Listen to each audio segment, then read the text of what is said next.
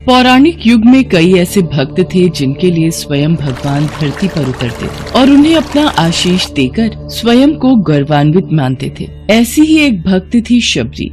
शबरी का असली नाम श्रमणा था। ये भील समुदाय की शबर जाति से संबंध रखती थी। इसी कारण कालांतर में उनका नाम शबरी हुआ। इनके पिता भीलों के मुखिया थे। उन्होंने श्रमणा का विवाह एक भील कुमार से तय किया था, लेकिन आदिवासियों की एक प्रथा थी, किसी भी अच्छे कार्य से पहले जानवरों की बलि दी जाती थी। इसी प्रथा को पूरा करने के लिए शबरी के पिता शबरी के विवाह के एक दिन पूर्व 100 भेड़ बकरियां लेकर आए। तब शबरी ने पिता से पूछा, पिताजी, इतनी सारी भेड़ बकरियां क्यों लाए हो? शबरी बिटिया, ये हम भीलों की एक प्रथा है जिसके अनुसार कल प्रातः तुम्हें विवाह की विधि शुरू करने से पूर्व इन सभी भेड़ बकरियों की बलि दी जाएगी। अच्छा, मुझे तुम्हारे विवाह के लिए बहुत काम है, मैं अभी आता हूँ। माँ, ये कैसी परंपरा है जिसके कारण बेजुबान और निर्दोष जानवरों की हत्या की जाती है? बेटी, ये प्रथा शुरू से ही चली आ रही है। मेरे विवाह के समय भी ऐसा ही हुआ था। प्रथा के बारे में सुन शबरी को बहुत दुख हुआ। वो पूरी रात उन भेड़ बकरियों के पास बैठी रही और उनसे बातें करती रही। उसके मन में एक ही विचार था कि कैसे वो इन निर्दोष जानवरों को बचा पाए। तब एकाएक शबरी के मन में ख्याल आता है, नहीं, मेरे कारण इन निर्दोष पशुओं की बलि नहीं दी जाएगी। मुझे भोर होने से पूर्व ही घर से भागना होगा। मैं भली भांति जानती हूँ, अगर एक बार मैं इस तरह अपना विवाह छोड़कर घर से भागूंगी तो कभी इस घर में मुझे वापस आने का मौका नहीं मिलेगा। शबरी के माता पिता गहरी निद्रा में सो रहे थे। शबरी उनको आखिरी बार प्रणाम करके घर से निकल जाती हैं। जिसके बाद शबरी एक घने जंगल में पहुंचती हैं। शबरी जंगल में भटक रही थी। तब उसने शिक्षा प्राप्ति के उद्देश्य से कई गुरुवरों के आश्रम में दस्तक दी, लेकिन शबरी तुच्छ जाति की थी, इसीलिए उसे सभी ने दुत्कार के निकाल दिया। तेरा इतना साहस कि तू हमसे शिक्षा ग्रहण करने के विचार से आई है। तू एक तुच्छ जाति की भील कन्या है, इसलिए हम तुझे शिक्षा देकर स्वयं को पाप के भागीदार नहीं बना सकते। तू अभी के अभी ये आश्रम छोड़कर चली जा। तेरे लिए इस आश्रम में कोई स्थान नहीं है। ऋषिवर की बातों को सुनकर शबरी शांत भाव से उन्हें प्रणाम करके वहाँ से चली जाती है। शबरी भटकती हुई मतंग ऋषि के आश्रम पहुँचती है। प्रणाम मुनिवर। जीती रहो पुत्री, कौन हो तुम? मुनिवर, मेरा नाम शबरी है।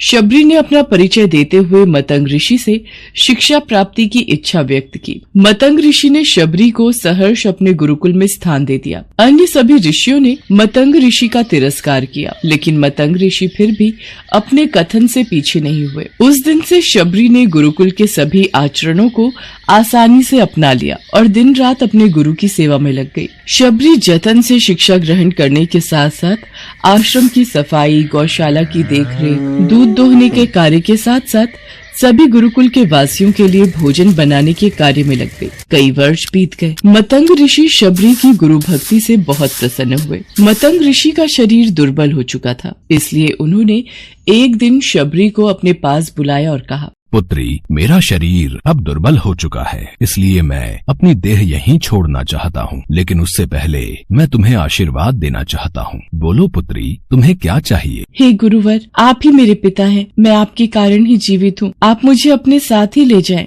नहीं पुत्री, तुम्हें मेरे बाद मेरे इस आश्रम का ध्यान रखना है। तुम जैसी गुरु परायण शिष्या को उसके कर्मों का उचित फल मिलेगा। एक दिन भगवान राम तुमसे यहाँ मिलने आएंगे और उस दिन तुम्हारा उद्धार होगा और तुम्हें मोक्ष की प्राप्ति होगी। इतना कहकर मतंग ऋषि अपनी देह त्याग कर समाधि ले लेते हैं। उसी दिन से शबरी हर रोज प्रातः उठकर बाग जाती, ढेर सारे फल इकट्ठा करती, सुंदर सुंदर फूलों से अपना आश्रम सजाती। शबरी को भगवान राम के आने का कोई निश्चित दिन नहीं पता था। उसे केवल अपने गुरुवर की बात पर यकीन था, इसलिए वो रोज राम के इंतजार में समय बिता रही थी। वो रोजाना यही कार्य करती थी। एक दिन शबरी आश्रम के पास के तालाब में जल लेने गई। वहीं पास में एक ऋषि तपस्या में लीन थे। जब उन्होंने शबरी को जल लेते देखा तो उसे अछूत कहकर उस पर एक पत्थर फेंक कर मारा और उसकी चोट से बहते रक्त की एक बूंद से तालाब का सारा पानी रक्त में बदल गया। तुझ अछूत के रक्त से इस तालाब का जल अपवित्र हो गया। तूने पाप किया है, तू पापिन है। मेरे क्रोध से बचना है तो उसी क्षण यहाँ से चली जा।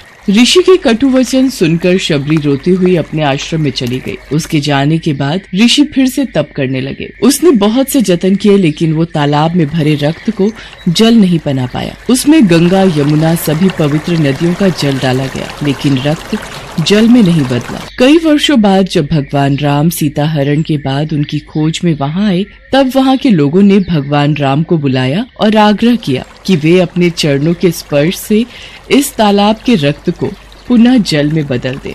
राम, आप अपने चरण स्पर्श से इस तालाब के रक्त को पुनः जल में बदलने की कृपा करें। यदि मेरे इस कार्य से आप सबका भला होता है तो मैं ऐसा ही करूँगा ऋषिवर। राम उनकी बात सुनकर तालाब के रक्त को चरणों से स्पर्श करते हैं, लेकिन कुछ नहीं होता। ऋषि उन्हें जो करने को बोलते हैं, राम वे सभी मंत्रोच्चारण करते हैं, लेकिन रक्त जल में नहीं बदलता। तब राम ऋषि से पूछते हैं, हे ऋषिवर, मुझे इस तालाब का इतिहास बताएं। यहाँ ऐसा क्या घटित हुआ जिस कारण इस तालाब का जल रक्त में बदल गया? राम जी की बात सुनकर ऋषि उन्हें शबरी और तालाब की पूरी कथा बताते हैं और कहते हैं, हे प्रभु राम, ये जल उसी तुच्छ जाति की शबरी के कारण अपवित्र हुआ है। हे ऋषिवर, ये रक्त उस देवी शबरी का नहीं, मेरे हृदय का है, जिसे आपने अपने अपशब्दों से घायल किया था। मुझे देवी शबरी से मिलना है, उन्हें हमारे आने का संदेशा भिजवा दीजिए। तब शबरी को बुलावा भेजा जाता है। शबरी राम के आने की प्रतीक्षा में अपनी कुटिया को सजा रही थी। राम का नाम सुनते ही शबरी दौड़ी चली आती है। क्या मेरे राम आए हैं? शबरी के राम आ गए, मेरे प्रभु राम आ गए। मतंग ऋषि का कथन सत्य हुआ, मेरे राम आ गए। शबरी का उद्धार करने मेरे राम आ गए। जिनको देखने के लिए ये आंखें तरस रही थी, वो प्रभु श्री राम आ गए। शबरी मेरे प्रभु राम कहती हुई जब तालाब के पास पहुंचती है, तब शबरी के पैरों की धूल तालाब में चली जाती है और तालाब का सारा रक्त जल में बदल जाता है। तब भगवान राम कहते हैं, देखिए ऋषिवर, आपके कहने पर मैंने सब किया, लेकिन ये रक्त भक्त शबरी के पैरों की धूल से जल में बदल गया। राम की बातों को सुनकर ऋषिवर को अपने कथन पर बहुत ग्लानि होती है। शबरी जैसे ही भगवान राम को देखती है, उनके चरणों को पकड़ लेती हैं और अपने साथ आश्रम लाती हैं। उस दिन भी शबरी रोज की तरह सुबह से अपना आश्रम फूलों से सजाती हैं और बाग से चक कर सबसे मीठे बेर अपने प्रभु राम के लिए चुनती हैं। वो पूरे उत्साह के साथ अपने प्रभु राम का स्वागत करती हैं और बड़े प्रेम से उन्हें अपने जूठे बेर परोसती हैं। ये मीठे बेर आपके लिए बाग से लाई थी, आप ये ग्रहण कीजिए, मैं आपके लिए जल लाती हूँ। भगवान राम प्रेम से बेर खाने के लिए उठाते हैं, तब लक्ष्मण उन्हें रोक देते हैं। भैया, ये बेर जूठे हैं, इन्होंने ये सभी बेर चक्कर आपको दिए हैं। ये बेर जूठे नहीं लक्ष्मण, सबसे मीठे हैं, क्योंकि इनमें माँ शबरी का प्रेम है। इतना कहकर भगवान राम प्यार से बेर को खाने लगे। भगवान ने जाते हुए शबरी माई से कहा, माँ, आप मुझसे जो चाहे वो मांग सकती हैं। प्रभु, मतंग ऋषि के कहने पर मैं आज तक सिर्फ आपके दर्शन करने के लिए जी रही थी। अब आप मुझे मोक्ष प्रदान कीजिए। मैं अपना शरीर आपके चरणों में त्यागना चाहती हूँ। और उसी क्षण शबरी ने अपना शरीर त्याग दिया। भगवान राम ने अपने हाथों से उनका अंतिम संस्कार किया और सीता माँ की खोज में आगे बढ़ गए। इस तरह से ऋषि मतंग की बात सच साबित हुई और शबरी को भगवान राम के दर्शन भी हुए। तभी से भगवान राम को शबरी के राम भी कहा जाने लगा।